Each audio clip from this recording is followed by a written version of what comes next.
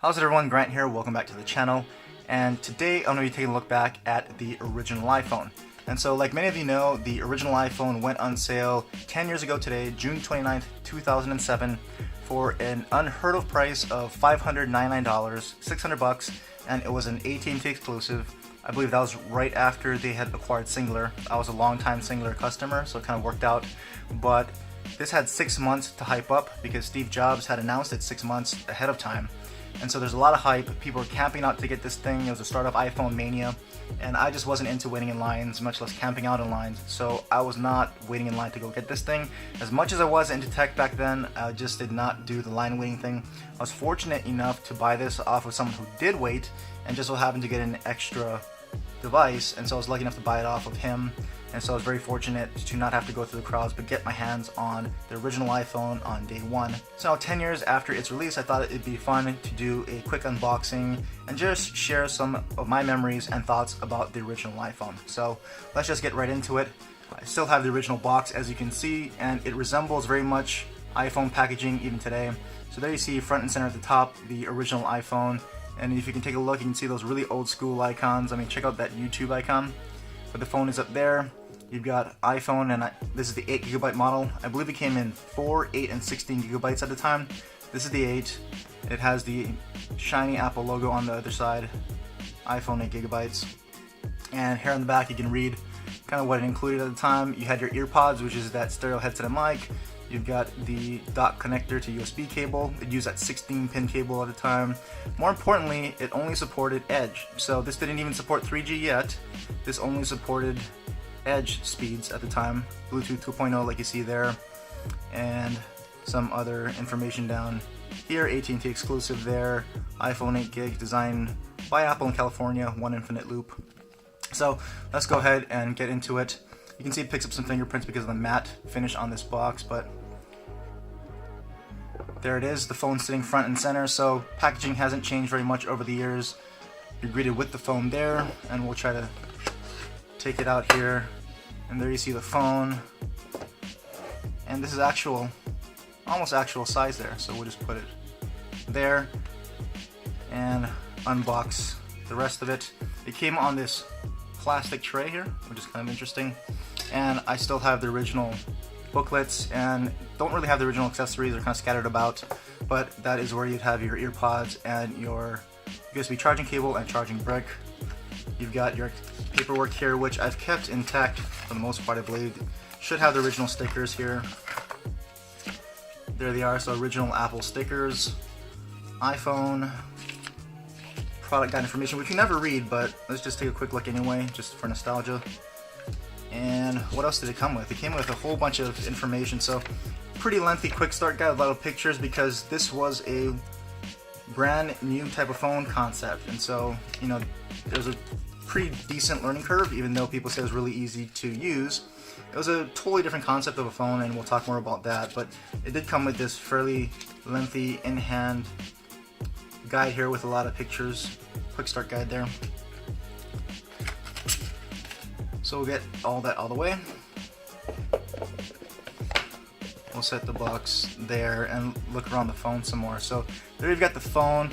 It came with, at the time, was a very large display. This is a 3.5-inch display. It was a, I believe, 480 by 320, which is something like 160 pixels per inch. So definitely not a dense display, but at the time, this was a very big and very good looking display panel. And so you can see on the sides here, you still got that silent switch and your volume rockers there up and down, plastic. Your headphone jack, which is really recessed if you take a look at that. Your full SIM tray, look how big that thing is in relationship to the rest of the device. Your power button there. Your classic glossy or shiny Apple logo. There you can see down there. iPhone 8GB. This is a plastic here where I believe it probably houses all the antennas, but this is plastic. The rest of it is this metal construction. There you've got your 16-pin connector down there, which you still see on some of the older iPads. You may still have one yourself. You have your speaker grills there. And just for fun, there you go. There is that 16-pin connector to USB. So this thing still functions and works. Single home button there. And the old slide to unlock. as you can see there. So there is the interface itself. And so not a lot, but yet a lot has changed with iOS. So the look and feel hasn't changed too much, but you can see a lot of those old school icons there. Even some of the iconography hasn't changed too much, just a lot of these skeuomorphic ones, you know, the ones that use analog or physical looking representations to represent something digital like YouTube. I mean, look at that TV. That's like a 1950s or 60s looking kind of TV. So that was very interesting pick for the YouTube icon there. But the clock icon is pretty much still the same. You still got the same kind of phone dialer, which is interesting because that's a pretty old kind of concept for a phone, right? I'm sure the younger generation doesn't recall phone handsets looking that way. That's pretty much reminds me of the phone handset that came with the rotary dialer that I grew up on. Probably dating myself there, but you can see the music app was called iPod at the time because majority of Apple's business was iPod, right? They revolutionized computing, so to speak, with the Mac, revolutionized digital media players with the iPod, and they set out to do the same thing with the iPhone. So if you can see iPod, I don't think there's any music on here, but not too different really, I guess. And if you look at the dialer, so there's the old dialer there. And we can even go into settings, which is pretty much still the same settings icon. And you can look, not a whole lot of settings. Like now you can keep scrolling and scrolling for all the settings, and this is all they really had at the time. And if we go here into general, we can probably take a look at about, and you can see here, you know, iOS version 3.1. We're on iOS, going to be on iOS 11, we're on 10, but beta 11's out, so rolled out with 3. This probably went through a few updates, so it's on 3.1 at the moment. And this will not function as a phone because this is only supporting 2G or Edge. It does not support 3G, but you can still use Wi-Fi, and so it still functions on Wi-Fi. Some of the apps won't work, but it's still fairly functional. So think about it, 10 years old, and this thing is still in some relatively good shape, and it still can sort of function on Wi-Fi. So that's kind of your quick unboxing and walk around the phone, but I just kind of want to share some of my thoughts on the very first iPhone, because whether you're an Apple lover, an Apple hater, if you're just a lover of technology, especially a lover of smartphones like I am, and I'm sure you are if you're watching this, the first iPhone was a very significant release, and it was the first smartphone of consequence to me. There was a lot of smartphones that came before this. You had the Palm Trails, you had the handsprings, you had devices coming out from Microsoft, Nokia. They were all kind of smartphones that had more functionality than just the phone and text messaging built in. But the iPhone was the first to really change the concept of what that was. It was the phone that pretty much set the standard for all smartphones to come out over the next 10 years all the way through today. You know, it had this metal body construction, so it was made of premium material, and a lot of phones were not really made of premium material, and I'll show you what I mean. Even expensive phones, just like this Nokia N95 here. Now Nokia was a major player in the smartphone business at the time, and they were coming out with some great phones like this N95. You know, it was made of plastic, so this is all plastic pretty much, but it was packed with a lot of tech. I mean, if you look at just the camera tech was really advanced. It has Zeiss optics, you know, it was a 5 megapixel camera, which is a pretty detailed camera at the time, and just look at that size of that sensor. But really the concept of phones, even smartphones like this at the time, was really getting as compact as possible, because we weren't doing a lot of things like having full browsers or consuming media like video at all. Most of it was text-based, and so we didn't really need big displays to do what we need to do, even on smartphones like this. And so it's really about getting as compact as possible, getting a big enough display, and you know, doing things like this, like sliders that hid the keypads to keep it as compact as possible. And that's what it was about. And it was really not about premium, it was about functionality. Look at all the buttons on this thing. I mean, just on the bottom here, you got like 1, 2, 3, 4, 5, 6, 7, 8, 9 buttons, and another 4 for the D-pad there. So just 9 buttons along the front. Check out all the buttons that this thing has on the sides as well. Plus you still have your keypad. So that's what it was really about, interacting with your phone through physical buttons, and the screen was just a display. Not many touchscreen displays out at all until Apple came along. Now Microsoft was playing around with touchscreens, other companies were too, but this was really the first to really commoditize it and put it into a consumer device that people could really start to use and get behind. So really, again, the first phone to really have this concept of premium material, metal material, just like they were doing with their Macs and iPods. And really the first to use a full touchscreen display effectively on a smartphone. And so that was a very foreign concept. I mean, this only had one button to interact with, the interface, which is your home button.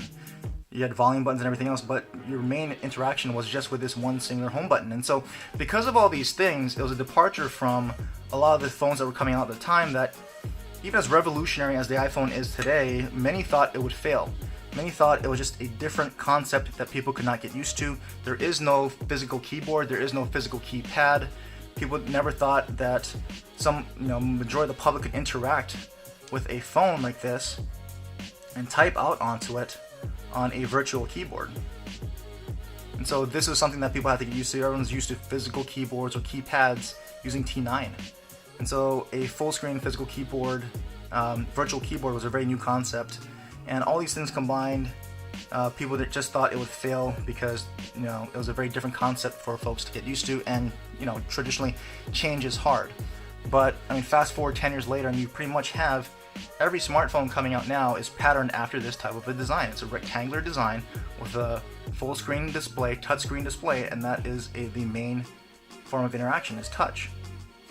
So the iPhone really was that first device to really springboard this generation of smartphone. And if you look at it just 10 years ago, right, look at the kind of smartphone explosion that we have. We have phone companies releasing multiple phones a year. And so just a total explosion that to me really traces back to the original iPhone. And so again, whether you like Apple or not, you have to give them credit.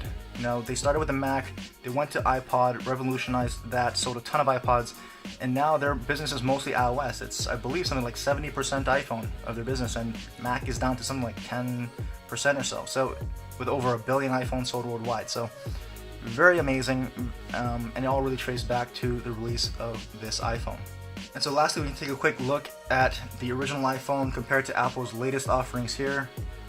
So we've got the iPhone 7, so you can kind of see what that looks like. But even if it's a 10-year-old design, like I said, all smartphones are pretty much patterned after this design. Apple has not deviated from that design too much. You can see their latest iPhone here, iPhone 7, pretty much is unmistakably an iPhone. If I looked at this original iPhone today, and who knows, maybe another 5, 10 years later, it would unmistakably be an iPhone. So that's amazing, right? By today's standards, it's very small. Back then, it was very big. As even a 3.5-inch display was very big, and you can see how chunky that was. But this is a very sleek design at the time. Now you look at it, it's still pretty much a rectangle with an all touchscreen display with that singular home button. You still have your mute switch on the side, if you can see that against the jet black there, with your volume rockers. Of course, they ditched the headphone jack, but pretty much, the design is unmistakably iPhone. So you can keep that there, and we can bring in the iPhone 7 Plus, and look at how much bigger that is, but it's still pretty much got that same design. And of course, the original iPhone fits totally inside of that. But there you go. You've kind of got that evolution of iPhone, and there you go. So let's turn them around. And so I just want to do a quick look back on the iPhone 10 years after its initial release, give some of my thoughts, impressions, show you kind of where we came from, and the iPhone's place in smartphone history and its legacy, and kind of what it's really established today. I just thought it'd be fun to take a look back, share that with you. If you have any other questions or comments, or want to share any of your memories of the original iPhone or smartphone history, drop them in the comments below. And as always, thanks for watching.